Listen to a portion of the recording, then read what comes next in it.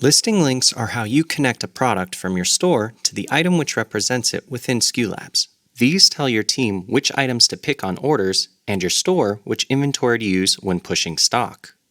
By default, listings are linked automatically by SKU, but in some cases, your SKUs may not match across different channels, or you may want to configure them yourself. You can find unlinked listings by going to the Inventory page, then the Listings tab.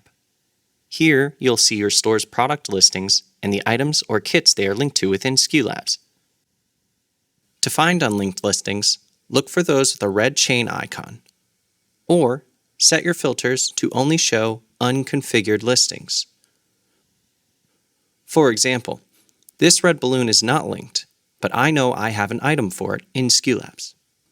To fix, click on the listing's name and choose from one of the 4 linking options. I'll choose Link to Existing Item. Find the item, and then click the link icon. For more ways to configure listings, check out our link in the description below and visit SKULabs.com to get started today.